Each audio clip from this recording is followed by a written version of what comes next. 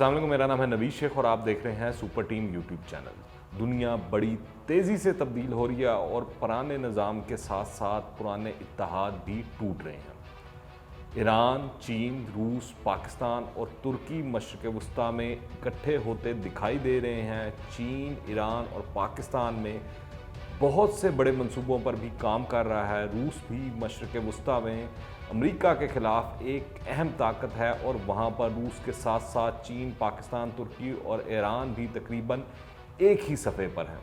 दूसरी तरफ ईरान को इंडिया की तरफ से ज़्यादा अच्छी खबरें नहीं मिल रही थी। इंडिया को ईरान में चाबहार प्रोजेक्ट से भी फारिग कर दिया गया है। इसके अलावा इंडिया मशरिक़ वस्ता के उन ममालिक के करीब तर होता जा रहा है जो अमेरिका के इत्तेहादी हैं, जैसे मिसाल के तौर पर सऊदी अरब और मुत्तहिदा अरब इमारात। इसलिए शाह सलमान ने भारतीय वज़ीर आज़म मोदी से भी रब्ता किया है और अहम अमूर पर तबादला ख्याल किया गया है।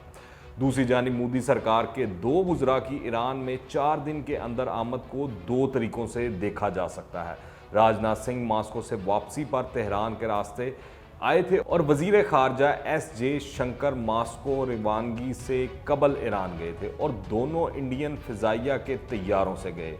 लिहाजा मास्को से नई दिल्ली और नई दिल्ली से बराह रास्त मास्को जाना मकसूद नहीं था। बीच में कहीं ना कहीं रुकना ज़रूरी होता है और इसके लिए उन्होंने तेहरान का इंतखाब किया। वो दोनों तेहरान के बजाय दुबई भी जा सकते थे, लेकिन तेहरान का इंतखाब इसलिए मायने खेज़ है क्योंकि आजकल ईरान इंडिया के लिए बहुत अहम है।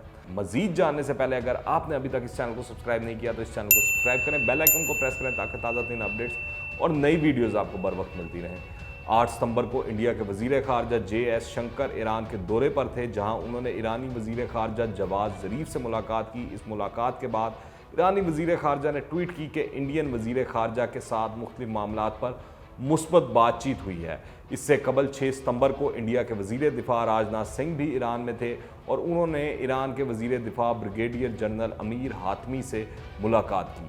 अमेरिका, सऊदी अरब और इंडिया ने आलमी सियासत के बदलते हुए नए हालात में एक साथ शमूलियत इख्तियार की है और ऐसी सूरत हाल में पाकिस्तान अब चीन, रूस और ईरान की सफ़ों में शामिल हो गया है। दूसरी तरफ सऊदी अरब भी ईरान और पाकिस्तान की दोस्ती को पसंद नहीं कर रहा। इस सूरत में पाकिस्तान, ईरान और सऊदी अरब के माबैन तवाज़ुन कैसे बरकरार रखेगा, ये अहम सवाल है।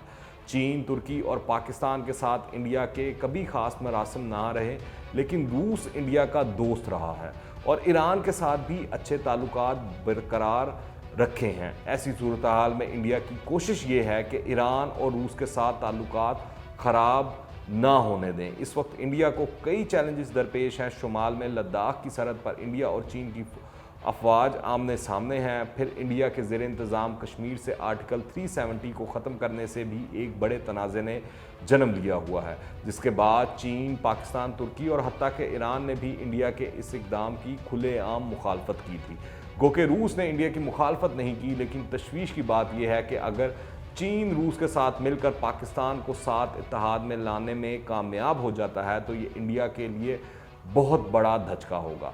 एक तरफ ईरान और चीन की कुर्बत बढ़ती जा रही है, दूसरी तरफ इंडिया और ईरान का मुश्तरका चाबहार प्रोजेक्ट लटका हुआ है। मशरिक़ वस्ता में चीन का मुकाबला करना इंडिया के लिए मुश्किल तर होता जा रहा है। अगर ईरान की बात करें तो मशरिक़ वस्ता में वो एक अहम खिलाड़ी है और वहाँ इंडिया का असर रसूख मुस्तकिल कम हो रहा है और मामला चीन के हक़ में मजबूती से तरक्की कर रहे हैं। दूसरी जानिब अफ़गानिस्तान में भी भारत के तमाम पत्ते कटते जा रहे हैं। वहाँ अमन मुआहदा हो गया है। तालिबान का फिर से अफ़गानिस्तान के मामलात में किरदार और असर रसूख बढ़ता जा रहा है, यहाँ तक कि अफ़गानिस्तान के अंदर से भारत की मुखालफत में आवाज़ें उठ रही हैं। 1 अगस्त 2020 को गुलबदीन हिकमतयार ने काबिल में अपनी जमात हिज़्ब इस्लामी के हेडक्वार्टर में तकरीर करते हुए कहा था कि भारत नहीं चाहता अफ़गानिस्तान में अमन हो। वो पाकिस्तान से दुश्मनी की बिना पर अफ़गानिस्तान में अमन की कोशिशों को मुकामी क़ुव्वतों के साथ मिलकर तबाह करना चाहता है। आसान अल्फाज में भारत के पास ऑप्शंस ख़त्म होती जा रही हैं, कोई इसका हम आवाज़ नहीं है। भारत के तमाम दोस्तों के अब कारोबारी और माशी मफादात चीन से वाबस्ता हो चुके हैं, इसलिए भारतीय वज़ीर कभी कहीं तो कभी कहीं हमायत के लिए भागे भागे फिर रहे हैं मगर कोई सुनवाई नहीं हो रही। अगर आपने अभी तक इस चैनल को सब्सक्राइब नहीं किया तो इस चैनल को सब्सक्राइब करें, बेल आइकन को प्रेस करें ताकि ताज़ा तीन अपडेट्स और नई वीडियोज़ आपको बर वक्त मिलती रहें। अगर ये वीडियो पसंद आए तो लाइक करें और ज़्यादा से ज़्यादा शेयर करें। कमेंट्स में अपनी राय लाजमी दीजिएगा, दुआओं में याद रखें। अंटिल द नेक्स्ट टाइम, अल्लाह हाफिज़।